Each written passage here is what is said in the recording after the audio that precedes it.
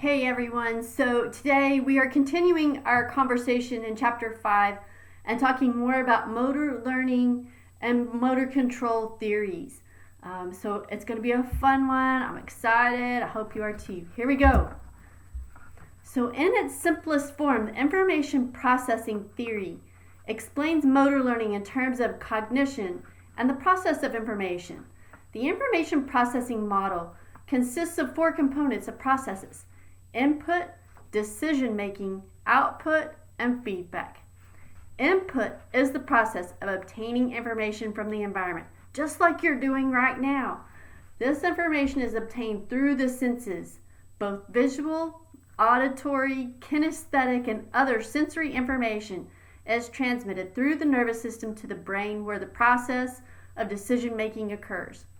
During this procedure, the input is processed. That is, it is sifted, evaluated, and interpreted. Relevant environmental cues are identified. Using this current information and relevant past experiences stored in memory, the individual selects an appropriate response. A decision is reached about what movement to make. The response is organized. A motor program that will control the response is retrieved from memory. The muscles are directed to contract in proper order with the proper amount of force and with the correct timing to produce the desired movement. The response and its execution are the output. Feedback is important, is information about the performance of the movement and its quality, appropriateness, or outcome. This information can be used to provide input for making ongoing adjustments in performance or to modify the next skill attempt. The knowledge gained from feedback can be used to improve the decision-making process as well as the succeeding output. As individuals become more adept at performing the skill, often they've also become more skilled at using the feedback to improve performance. The dynamical systems model theory explains human movement as the result of the interaction between 3 systems: the individual or the organism, the environment, and the task. Characteristics of each system interact to influence movement. Individual characteristics encompass the anatomical and physiological systems: heredity, your height, your weight, previous experiences, your fitness status, motivation, and a host of other characteristics, such as perceptual skills and attention. These are the individual differences that professionals take into account in designing movement experiences to learn new skills or improve performance. The environment reflects the context in which the learning or performing is taking place.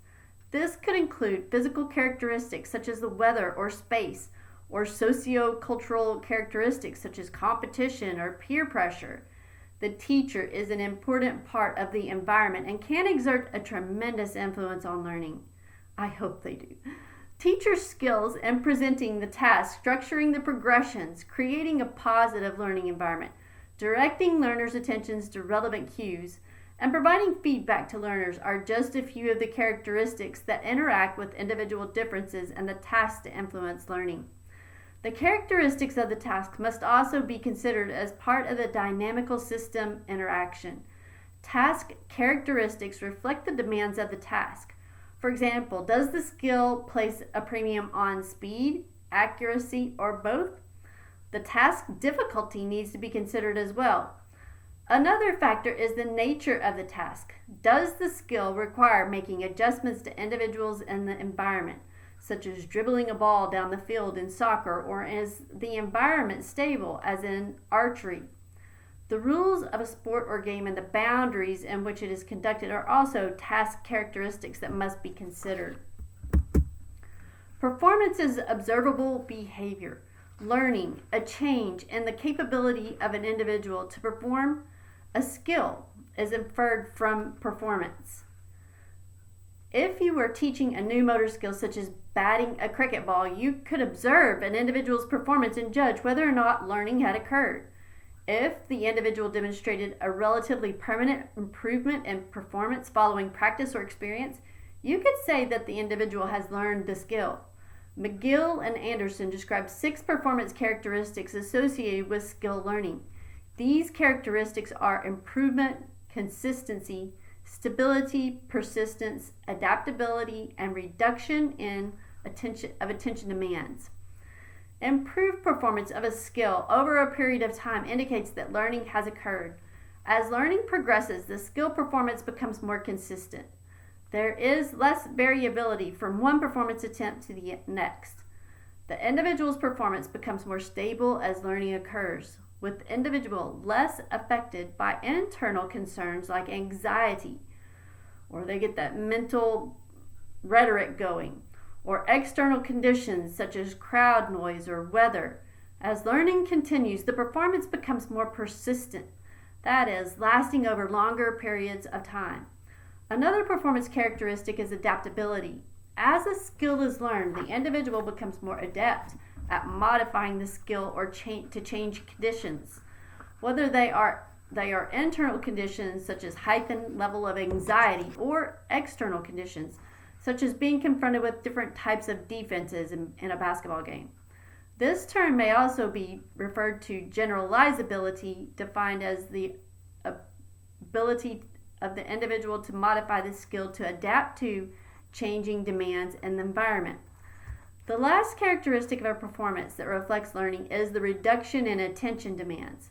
As an individual becomes more skilled, there is less need to concentrate on how to perform the skill, freeing up the individual's attention to focus on other events in the environment.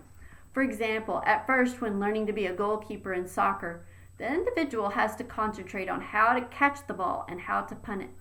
Once the individual becomes more capable in these skills, more attention can be directed to strategy, such as cutting down the angle of the attacking player or organizing the team's defenders. As individuals acquire motor skills, their performance improves and becomes more consistent. They become better at performing the skill under varying and changing conditions and reduce their attentional focus on the skill itself, enabling them to focus on the environment. We can infer from these performance changes that learning has occurred. Professionals must also be aware that learning occurs in stages. As an individual learns motor skills and makes the transition from unskilled to skilled performer, the individual progresses through several stages. Fitz and Posner identified 3 stages of learning: the cognitive stage, the associative stage, and the autonomous stage. The teacher must be cognizant of the characteristics of the learner at each stage to plan for instruction. Different instructional strategies and techniques are required at each stage to make practice more effective. The first stage of learning is the cognitive stage. During this stage, the learner is trying to understand the nature, goal of the activity to be learned. The learner must be concerned with such questions as: how do I stand? How do I hold the tennis racket?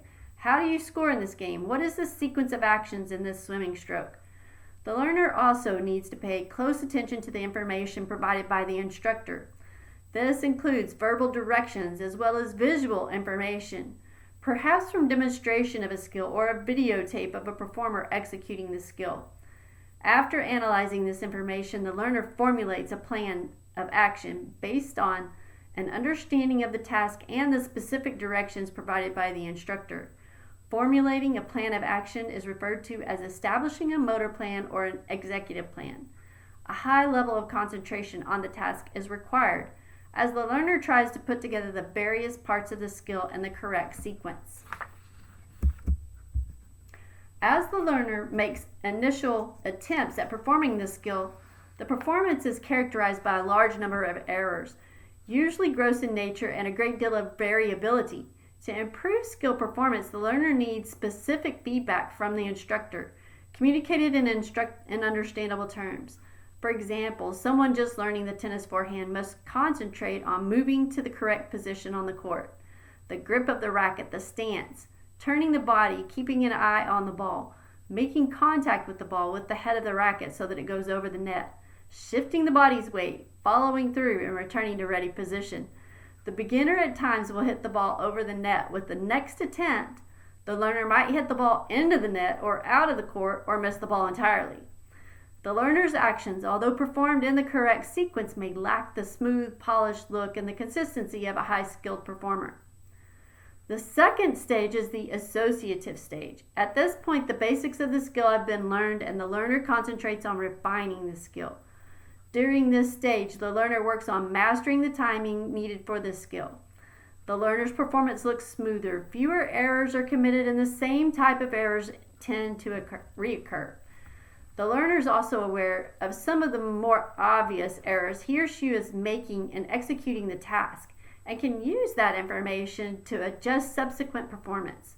The tennis player learning the forehand may notice some success in getting the ball over the net and inside the boundaries of the court, although he or she cannot place the ball with any assurance. The player may notice a frequent failure to follow through after contacting the ball, but he or she is not aware of the angle of the racket face needing adjustment. The instructor can provide the learner with additional instruction focusing on specific actions and point out relevant cues. The third stage is the autonomous stage. This stage of learning is reached after much practice. The learner can perform the skill consistently with few errors. The skill is well coordinated and may appear to be performed effortlessly. During this stage, the skill has become almost automatic. The learner does not have to pay attention to every aspect of the skill. He or she can perform the skill without consciously thinking about it at all. Much like Tiger Woods at the putting green. He doesn't have to think about it at all, although he does. The tennis player no longer has to concentrate on the fundamentals of the skill. Instead, his or her focus can be directed to placing the ball in the court or varying the speed of the shot, placing spin on the ball, or executing game tactics. The learner also becomes more skilled at detecting errors and making adjustments, in a sense becoming his or her own teacher. To create an effective learning situation, teachers must be cognizant of the factors that influence learning. 4 of these factors, readiness, motivation, reinforcement, and individual differences, will be discussed. Successful acquisition of new information or skills depends on the individual's level of readiness. Readiness can be defined in terms of physiological or psychological factors influencing an individual's ability and willingness to learn. Physiological readiness in children is the development of the necessary strength, flexibility, and endurance, as well as development of the various organ systems, to such a degree that children can control their bodies in physical activities. Psychological readiness refers to the learner's state of mind, one's feeling or attitude toward learning a particular skill. In other words, the desire and willingness to learn will affect one's acquisition of that particular skill. To create an effective learning environment, the teacher must keep in mind the individual's physiological and psychological readiness. Teachers planning learning activities must be cognizant of the individual's cognitive, affective, and physical characteristics, as well as the individual's past experiences. This knowledge will help the teacher plan an atmosphere conducive to learning. The teacher should structure the learning experience so that the individual experiences success rather than the frustration that may come from trying to learn a task that is too difficult or beyond the individual's ability at that time. The teacher may need to modify the task to make it easier or more challenging. For example, many Little League baseball teams have started letting their younger children hit the ball off a batting tee rather than hit a pitched ball. This adjustment was made because it was realized that the younger children were having difficulty tracking and successfully hitting a moving object, and being allowed to hit the ball while it was stationary, sitting atop a batting tee. The children were able to practice the skill of striking an object, or batting, and experience success. Adjusting the learning task to the individual's ability requires consideration of the individual's physiological readiness. Planning learning experiences that promote success enhances the individual's psychological readiness to learn. Motivation is a basic factor in learning. The term motivation refers to a condition within an individual that initiates activity directed toward a goal. The study of motivation focuses on the causes of behavior, specifically those factors that influence the initiation, maintenance, and intensity of behavior. Needs and drives form the basic framework for motivation. When individuals sense an unfulfilled need, they are moved to do something about it. This desire prompts people to seek a solution to the recognized need through an appropriate line of action. This line of action may require practice, effort, mastery of knowledge, or other behavior to be successful. For example, an individual who is hungry becomes motivated to seek food, whereas at the cognitive level, the individual who wants to pass a certification desires to acquire the necessary knowledge. That means study. Motivation refers to an individual's general arousal to action. It might be thought of as the desire or drive a person must have to achieve a goal to satisfy a particular need. The term need refers to an internalized deficiency of the organism. The need might be physiological or psychological. The term drive refers to the concept of the stimulus for action. Motivation, for example, might be associated with the drive to exercise to satisfy the need to keep the body healthy. The motivating factor might be internal, resulting from the individual's own desire to be fit, or it might be the result of some outside force, such as peer pressure to be thin. Although motives are internal in nature, they may be affected by external influences. However, it is common to describe an individual's motives as being either internal or external. Motives such as the desire to develop one's body, to have fun, or to test one's limits are examples of internal motives for learning. The desire to win awards, to appease parental pressures for participation, or to win money are examples of external motives for participation. An employee may decide to participate in an employee fitness program because of the desire to enhance his or her health status, which is internal motivation. On the other hand, the employee may participate because he or she was pressured to by his boss or her boss, which would be external motivation. Internal motivation is more conducive to positive learning and performance and sustained participation than external motivation. Professionals should be alert to the need to reinforce the learning of skills and other behaviors of those under their supervision when the desired performance takes place. Reinforcement is using events, actions, and behaviors to increase the likelihood of a certain response, a skill or behavior recurring. Reinforcement may be positive or negative. Reinforcement is considered positive when it is given following the desired response, and it is deemed negative when it is withheld following a desired response. I sent out an announcement on Tuesday or something along that line that said, "Great job on your discussions," and so that was a positive reinforcement. I'm hoping it will encourage you to continue your hard work. Providing encouragement, praise, commendation, or a pat on the back following successful execution of a skill is an example of positive reinforcement. Such an acknowledgement of an individual's success not only will serve to reinforce correct skill performance, but will also likely motivate the individual to continue in his or her efforts to master the skill. If a teacher belittles an individual's unsuccessful effort to perform a skill and discontinues this behavior when the individual successfully executes the skill, the teacher is using negative reinforcement. Two types of reinforcers are tangible and intangible. Tangible reinforcers are material items such as metal or money. Intangible reinforcers include verbal praise or a pat on the back, much like you see in the example there, or a nod of approval. Research suggests that reinforcement is more effective when given immediately after a response than when it is delayed, because we tend to forget what we're praising them for, or they forget what we're praising them for. Random reinforcement tends to be more effective than continual reinforcement. And so important not to continually give reinforcement, but break it up a little bit.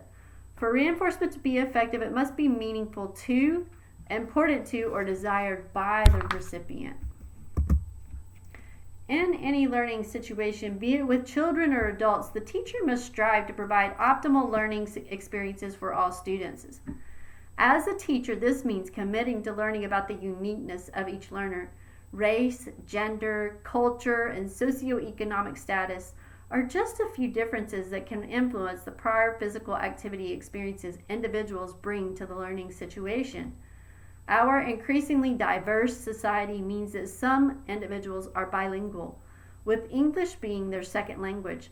Thus, teachers need to take into account differences in language abilities when instructing their learners. Differences in physical abilities, including fitness levels, influence physical activity instruction. Some individuals possess a high degree of fitness or skill in a certain area, such as tennis, whereas others might have low levels of fitness and no prior experience with the sport. Personality differences must also be considered. Some individuals are eager to try new skills and see learning a new skill as a challenge, while others are reluctant or intimidated by the prospect of learning something new. Some individuals are highly self-motivated to learn, while others might need some support and encouragement. In planning for motor learning, the professional must consider a learner's level of readiness, development, their individual characteristics, their motivation, and need for reinforcement. At this point, it would be helpful to consider additional concepts and factors and conditions that promote the learning of motor skills and improve performance. Practice sessions should be structured to promote optimal conditions for learning.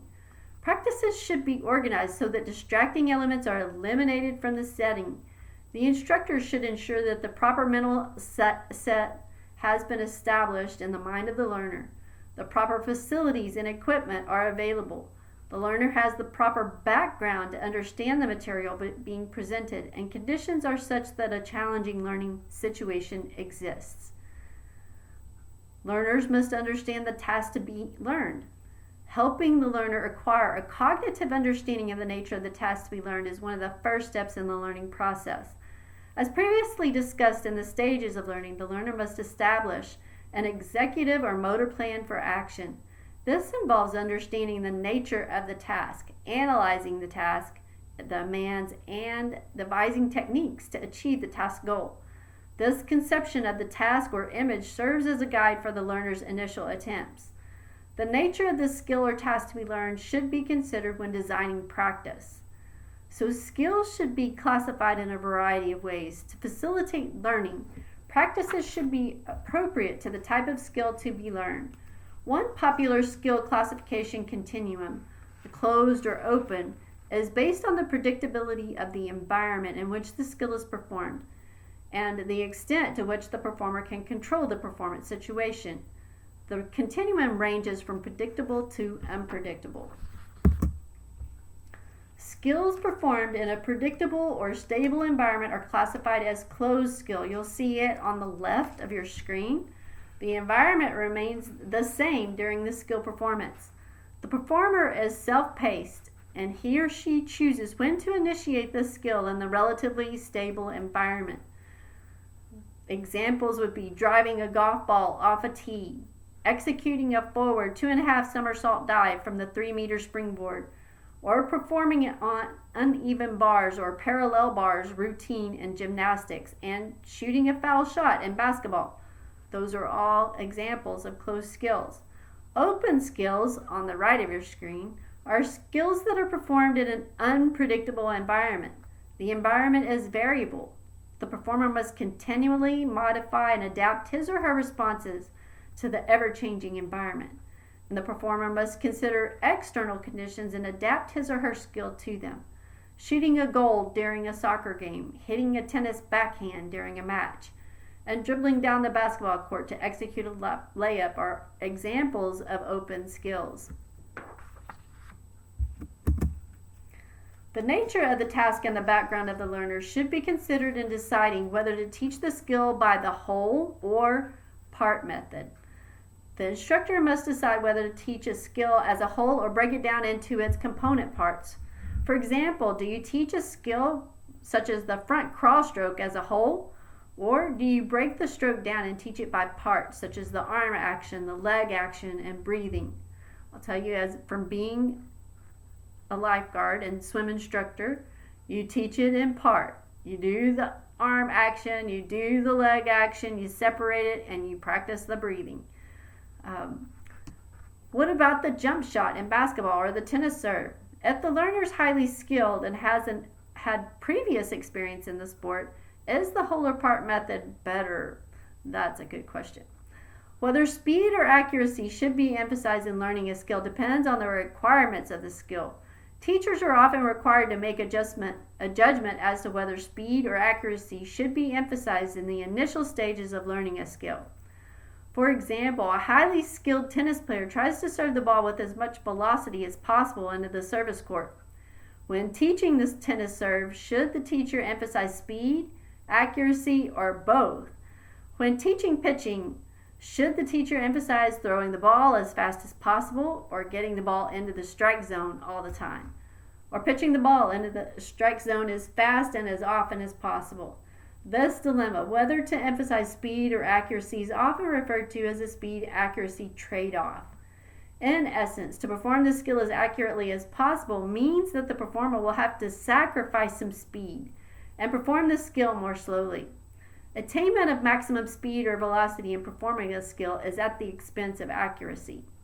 When both speed and accuracy are desired, both qualities will decrease.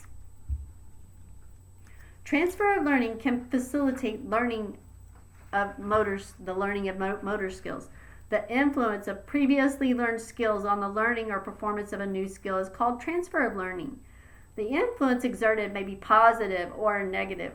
When a previous experience or skill aids in the learning of a new skill, positive transfer occurs. For example, the student who knows how to play tennis readily learns how to play badminton because both skills require similar strokes and the use of the racket. Most researchers agree that positive transfer most likely occurs when the two tasks have similar part-whole relationships. Again, to use the example of racket games, since many racket games such as pickle, squash, tennis, racquetball, and badminton have similar part-whole relationships, it is believed that some transfer takes place. Transfer, however, is not automatic. The more meaningful and purposeful the experience, the greater is the likelihood of transfer. Teachers should teach for transfer.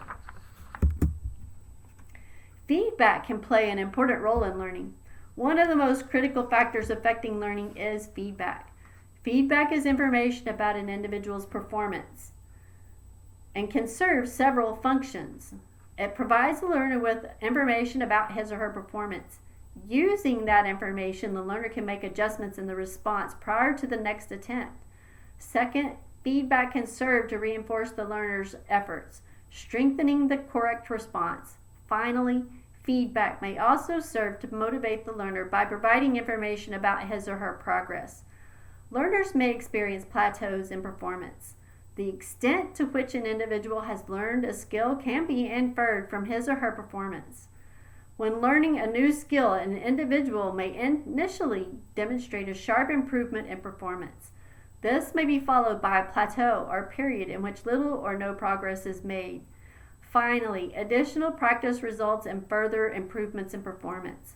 The plateau may occur for a variety of reasons, such as loss of interest and lack of motivation, failure to grasp a clear concept of the goal to be attained, lack of attention to the proper cues or attention to irrelevant cues, preparation for a transition from fundamental skills to more complex skills in the learning process, or poor learning conditions.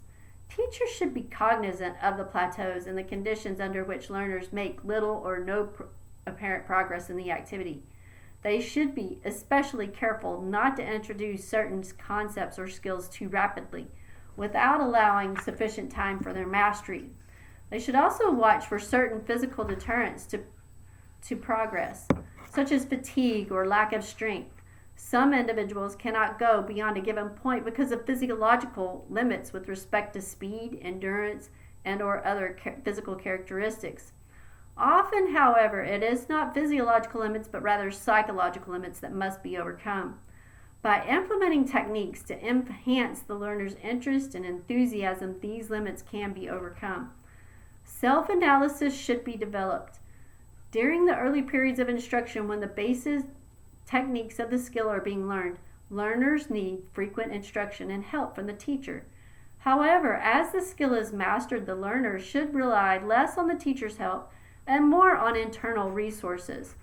A good teacher will help the learner to be his or her own teacher. This involves providing the learner with opportunities for self-criticism and analysis. The learner should be taught how to detect errors and how to correct them. By helping the student become aware of his or her performance, and techniques by which it can be improved, the teacher is promoting lifelong learning. And lastly, leadership influences how much learning will take place. The teacher should make sure that the learner has a clear idea of the objective to be accomplished. Practices should be designed to maximize the learner's opportunities to perform the skill and minimize unproductive activities such as waiting. The teacher should be continually alert to detect correct and incorrect responses and encourage correct performance.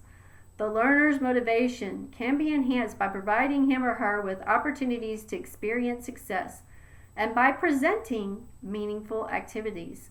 The teacher should present material appropriate to the learner's level of understanding and be cognizant of individuals' differences. The teacher should use his or her leadership to promote participants' learning. In our next session, we'll be discussing motor development in more detail and talking more along the lines, it's motor development. So looking at the lifespan of how we acquire skills and how that happens over the lifespan. So I look forward to talking with you again in our next session. You guys have a great day. Take care.